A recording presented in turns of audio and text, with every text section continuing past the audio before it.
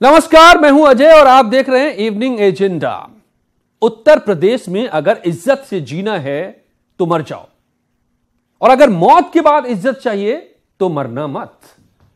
जी, दो तस्वीरें ऐसी सामने आई है जिसने हमें तो हिलाकर रख दिया। हम आपके सामने रख रहे हैं। एक तस्वीर बागपत की है, जहां मौत के बाद किस तरह से अंतिम संस्कार चंद रुपयों को बचाने के लिए पुलिस वाले ने किया, ये भी हम दिखाएंगे। लेकिन फर्रुखाबाद की ये तस्वीर भी देखिए, जहां पर इज्जत से जी नहीं सकते इसलिए मैं मरने जा रही हूं। एक बेटी को ये खत लिखना पड़ा और वो मनचलों से परेशान छात्रा घर से गायब हो गई, क्योंकि लगातार बीएससी की कोचिंग के लिए जाती इस छात्रा को इतना परेशान किया शोहदों ने कि उसने घर छोड़ने का फैसला कर लिया और उसने कहा कि मैं मरने जा रही हूं। चिट्ठी में लिखा है, सुसाइड नोट में लिखा है कि अम्मी माफ करना, मैं अब परेशान हो चुकी हूं। और आप लोगों को इसलिए नहीं बता रही हूं क्योंकि वो लोग खतरनाक हैं। अगर आप लोग पता नहीं किस तरीके से रिएक्ट करेंगे, आप लोगों को बताएं और फिर आप लोगों के लिए वो खतरनाक साबित हो सकते हैं। तो लड़की ने आखिरकार जिंदगी खत्म करने का फैसला, तो न जीते जी इज्जत न मौत के बाद। सुनिए परिजन क्या कह रहे हैं। कल कोचिंग पढ़ने आई थी 8 बजे सवेरे और 9:10 पे कॉल आ गई है। क्या कॉल ये आ गई है? फोन हमने करा तो मम्मी से बात करा, रिसीव अभी ने करा था, घर वाला फोन था तो मम्मी से बात करा दी। तो उसमें कुछ लोगों की आवाज़ भी आ रही थी आदमियों की, तो हमने मम्मी को दे दिया। तो मम्मी बोली फलाना बैग रखा हुआ, उसमें कुछ देख लेना, खोल गए वो फोन काट दिया उसने। और दोबारा कॉल लगाई, कॉल लगी, स्विच ऑफ हो गया। फिर तो बैग में क्या निकला? बैग में सुसाइड निकला। रेलवे चौकी क्षेत्र हमारा, वहाँ कोचिंग जाती थी, कोचिंग के बहाने घर से निकली थी, उसके बाद घर नहीं गई। फिर घर पे उसने फोन किया, बताया कि हाँ कुछ लड़के हमें परेशान कर रहे हैं, जिसको मैंने ना तो घर में बताया ना कहीं और किसी को बताया है, और मैं आत्महत्या करने जा रहा हूँ, आप लोग परेशान मत होना। तो उस पर जैसे सूचना मिली है, गुमशुदगी दर्ज करके उसका CDR निकलवाया जा रहा है। एसओजी टीम, फर्रुखाबाद की टीम, राजेपुर की टीम, इनको लगा दिया गया है और बहुत जल्द ही इसका खुलासा होगा। जी, बहुत जल्द खुलासा होगा। लेकिन कहां है एंटी रोमियो स्क्वाड? आज भी ये नौबत उत्तर प्रदेश में कैसे है? सरकार बनते ही सरकार ने ये तय कर दिया था कि किसी के साथ छेड़छाड़ की घटना नहीं होगी, मगर आज भी सम्मान से जीना क्यों मुश्किल हो रहा है? क्यों मौत का रास्ता चुनना पड़ रहा है बेटियों को? मेरे साथ सुब्रत त्रिपाठी, पूर्व डीजी, जुड़े हुए हैं, जरा उन्हीं से समझते हैं। सुब्रत जी,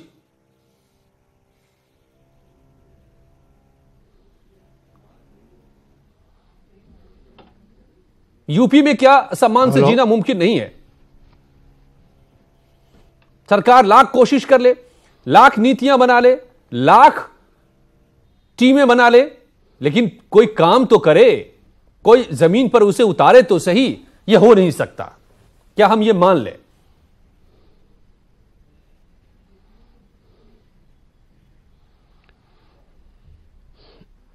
देखिए, प्रश्न यह है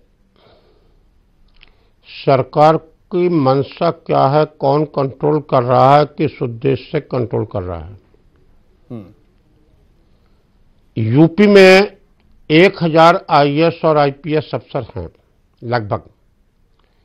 इसमें से महत्वपूर्ण जगहों को, जिन्हें बेईमान लोगों की निगाह में मलाईदार पोस्टिंग की जाती है और जिन्हें ईमानदार लोग अपने कर्तव्य को, पौरुष को दिखाने का अखाड़ा मानते हैं, ऐसी लगभग 150-200 हैं दोनों को मिला के। वहां पर आदरणीय सुश्री मायावती जी ने जिन लोगों का चयन किया, न जाने कितने अच्छे मानकों पर किया कि पिछली 5 साल की अखिलेश जी की सरकार में बाकी 800 लोगों में से किसी को शायद ही इक्का दुक्का जगह मुलायम सिंह जी की टीम के या और लोगों की टीम के लोगों को मिली, वही 200 लोग हावी रहे। नहीं, ये आज भी क्या होते हैं? ये पुलिस ऑफिसर वही 200 लोग नेता की टीम के कैसे बन जाते हैं? बाकी 800 में से आखिर बाकी 800 में से जो राजनाथ सिंह जी की टीम के थे, जो कल्याण सिंह जी ने जिनको चयन किया था, जिनको गुप्ता जी ने चयन किया था, उनमें से अधिकांश लोगों को महत्वपूर्ण जगहों पर जगह नहीं मिल पा रही है। अब यह क्या क्राइटेरिया हो सकता है इस चयन का कि एक ही टीम, और वह जो है जैसे ऊपर की टीम होती है वैसे नीचे की टीमें होती हैं।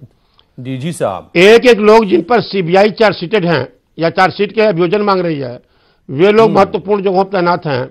जिन इंस्पेक्टर्स पर बर्खास्त हो चुके थे, दर्जनों बार कार्रवाई हुई, वे महत्वपूर्ण जगहों पर तैनात हैं। जिनको आज ही के दिन में तैनात डीआईजी आज लिखा है, आपकी बातों से मैं थोड़ा समझ पा रहा हूं, वे महत्वपूर्ण। जी मैं लौटता हूं आपके पास। आपकी बातों से मैं समझ पा रहा हूं कि टीम खेली जा रही है, पुलिस के ऑफिसर्स टीम के हिस्से हैं, और किसकी टीम का पुलिस ऑफिसर कहां पर तैनात है और नहीं है, इससे तय होता है कि वो किसकी टीम का हिस्सा है। और इसीलिए जमीन पर जो तस्वीर है वो क्या है। देखिए इस बेटी के दर्द को। घर छोड़ने से पहले उसने क्या खत छोड़ा अपनी अम्मी के लिए। साफ साफ उस खत में उसने लिखा है कि मैं इसलिए घर छोड़ रही हूं क्योंकि अब हदें पार हो गई हैं। मैं वो खत आप लोगों को दिखाना चाहूंगा, पढ़वाना चाहूंगा अगर चल पाए तो, कि हदें पार हो गई हैं। अम्मी, मैं आज कोचिंग नहीं, आत्महत्या करने जा रही हूं।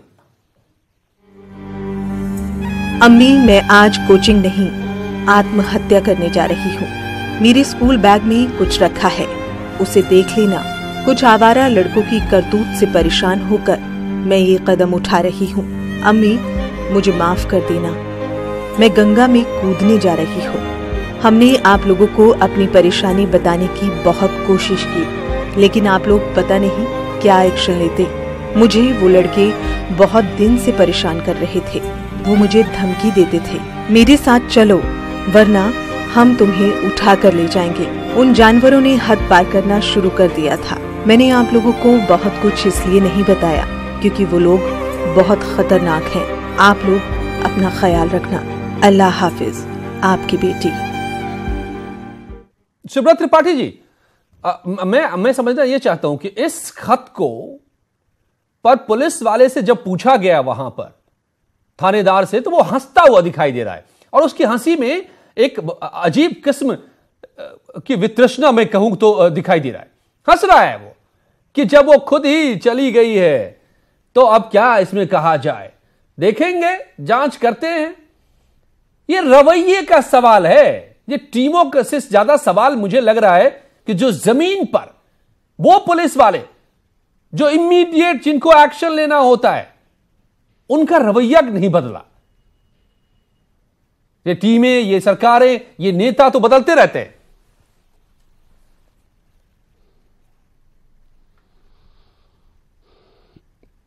लाश से वही सिर्फ कफन बदला है, लाश से वही सिर्फ कफन बदला है। चेहरे वही हैं।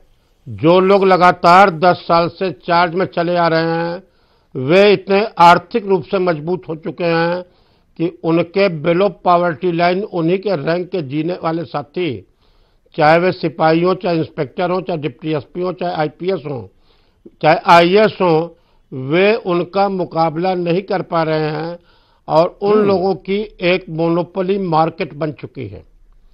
आईएएस आईपीएस से लेकर सिपाही पटवारी तक की पोस्टिंग एक मोनोपोली मार्केट बन गई है।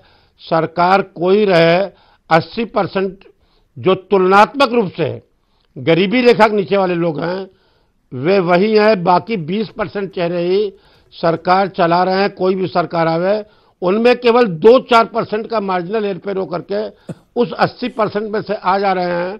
पहले था कि सरकारें बदलने के पहले, त्रिपाठी जी, सरकार मायावती जी के जमाने के पहले जितनी सरकार, दरअसल पुलिस महकमे के भीतर ही माफियागिरी है।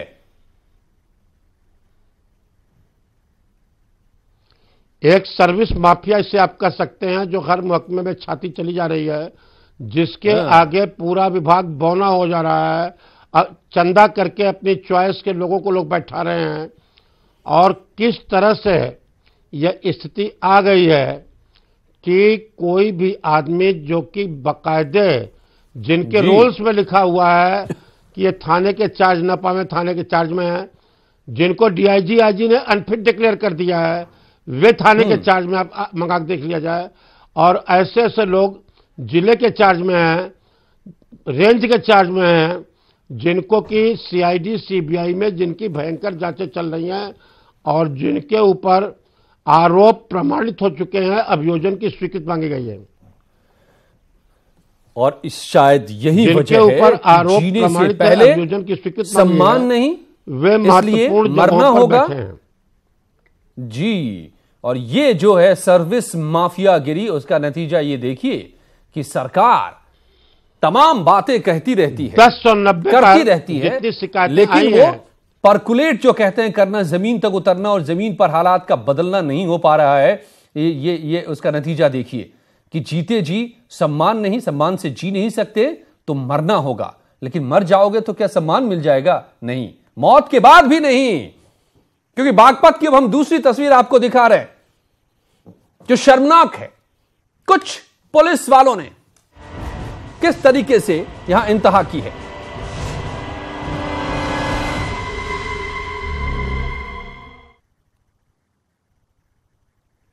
देखिए, ये लावारिस चिता, एक शव।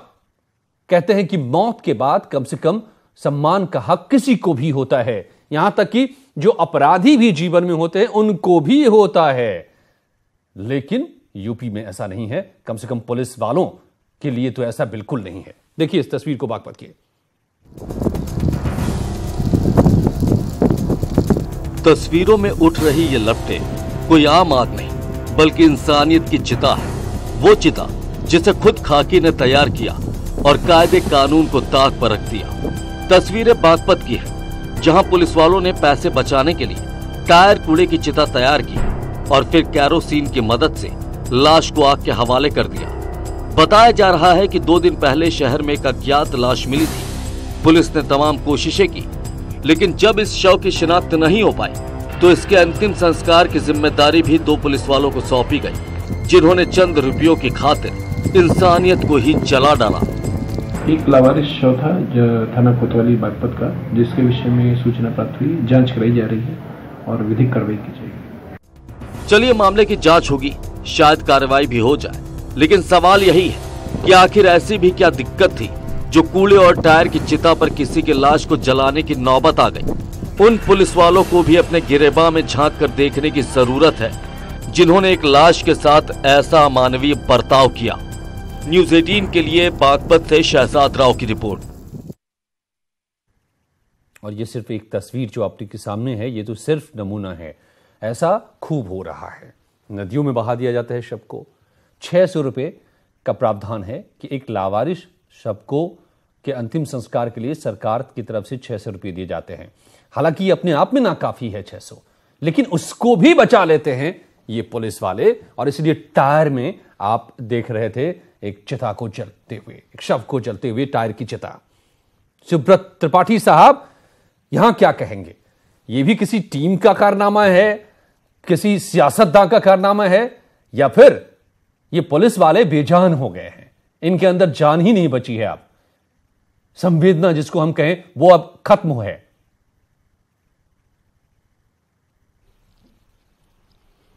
प्रश्न यह है, सिपाहियों को दोष देना बड़ा आसान है, लेकिन क्या यह चेक किया जाए कि कागज में क्या हुआ मैं नहीं जानता, क्या वास्तव में सिपाही को 10 पैसे भी मिले इस लाश के दाह संस्कार के लिए? जो पैसा ड्रा हुआ, गोपनीय तरीके से इसकी जांच करा ली जाए। आप लोग अपने सूत्रों से स्टिंग करके जांच कर लीजिए कि जो पैसा विभिन्न मदों में ड्रा होता है, क्या वह थाने में पहुंचता है या कहीं और पहुंच जाता है? और जो थाने में पहुंचता है, क्या वह यशो तक सीमित रह जाता है या दीवान तक या सिपाही तक परकोलेट होता है? जो सिपाही लाश फूंकने के पाया, क्या अपने सूत्रों से, आप अपने पत्रकार होंगे तमाम, आपके पता कर लीजिए, क्या उस सिपाही को पैसे मिले थे कि लाश बेटा फूंक दो? अब वह सिपाही क्या करे? एक बार हो, 2 बार हो, अपनी तनख्वाह से कितनी लाशों को जलाएगा?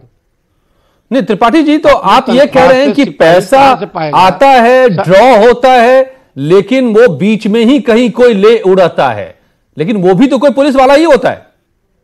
अब उसको मैं बिना प्रमाण के एग्जैक्ट में किसी का पद का या व्यक्ति का नाम तो नहीं ले सकता, लेकिन मैं यह जानता हूं जिसकी जिम्मेदारी जलाने की है उसके पास तक पैसा नहीं पहुंच पाता है। यह मैं 90% दावे के साथ कह सकता हूं कि जिसकी जिम्मेदारी जलाने की है तमाम चीजों का पैसा आता है कि इतनी कुर्सी खरीद लो। नहीं, तो इसका मतलब तो ये हुआ ना कि उसी सिस्टम में पुलिस विभाग में ही बैठे ऐसे लोग होते हैं जो उस पैसे को भी हड़प लेते हैं।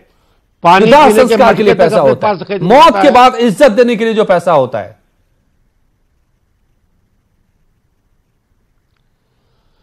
दोषी वह है जो उस पैसे खाता है, पाप उसको लगना चाहिए जो उस पैसे खाता है, चाहे वैधानिक या कानूनी। सिपाही तो एक इंस्ट्रूमेंट है, एक औजार है जिसको दिखाया जा रहा है कि वह जलाया जा रहा है, जिसकी गलती, जिसकी निजता, जिसको गाली सुनने वाले। पुलिस तो एक महकमा है ना, लेकिन सर पुलिस तो एक जिम्मेदार असली वह है जो उस फंड का पाया वो पैसा खा रहा है। अब सिपाही की औकात नहीं है कि अपने ऊपर वालों से उसके लिए लड़ाई लड़े, और न ही किसी अनुशासित विभाग में इसकी अपेक्षा की जाती है। क्या करे सिपाही, मुझे आप ही अपने विवेक बताइए, क्या वह अपने अधिकारियों से लड़ाई लड़े? नहीं, सिपाही आप जो खुलासा कर रहे हैं ये भी परेशान कर रहे हैं, और ज्यादा परेशान करने वाला है कि कसूर सिपाही का नहीं बल्कि उसके ऊपर बैठे हुए उसके अफसरान का है, चाहे वो दरोगा हो चाहे उसके ऊपर के ऑफिसर्स हो। बाढ़ का पैसा सवाल ये है कि फिर हाँ नहीं, मतलब ये कैसे खा लेते हैं वो?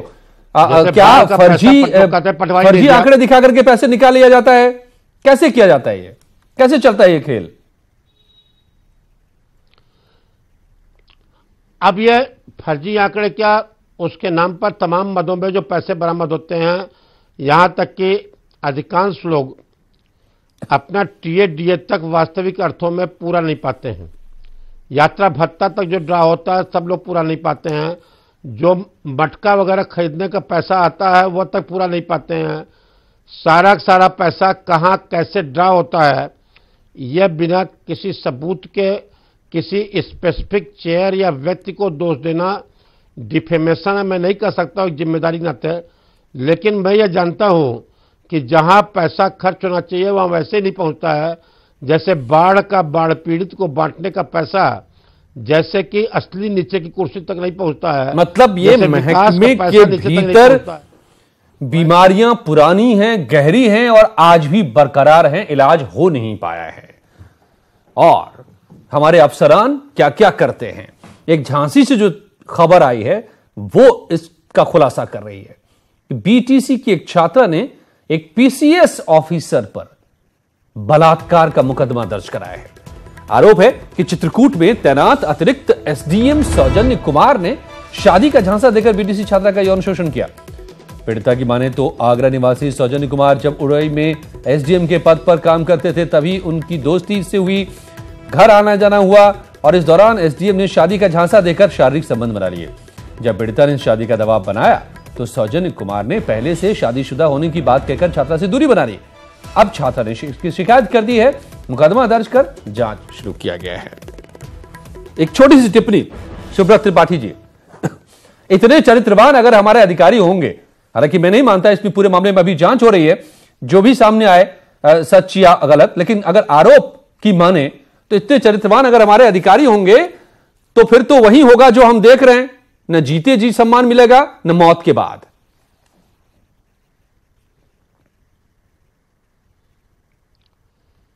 प्रश्न यह है कि मैं अधिकारी के आचरण का बचाव नहीं कर रहा, लेकिन एक अभी मामले में माननीय सुप्रीम कोर्ट ने और कई मामलों में माननीय हाई कोर्ट ने भी कहा है कि शरीर जो है वह समर्पित करने की चीज ऐसी नहीं है कि कोई शादी का आश्वासन दे दे और उसे यूं ही कोई चुपचाप समर्पित करता चला जाए। इस सामाजिक प्रवृत्ति पर भी पहले माँ बाप अंकुश लगाते थे, समाज अंकुश लगाता था, टोला मोहल्ला अंकुश लगाता था, लेकिन आज जो सामाजिक अराजकता मची हुई है, मैं उस अधिकारी के आचरण का 1% भी बचाव नहीं कर रहा हूं। वह अपनी जगह दोषी है। लेकिन मतलब आप कह रहे हैं कि खुद महिला को, छात्रा को, युवती को भी सोचना चाहिए। इन सब के बीच में वो सवाल बचा ही रह जाता है कि क्या है हमारे इस सिस्टम की बीमारियां, और क्या वो बीमारियां खत्म होंगी या वो जो सड़न है वो बरकरार है। और इसीलिए कहीं भी आप उम्मीद नहीं कर सकते इज्जत की, न जीते जी न मौत के बाद। धन्यवाद।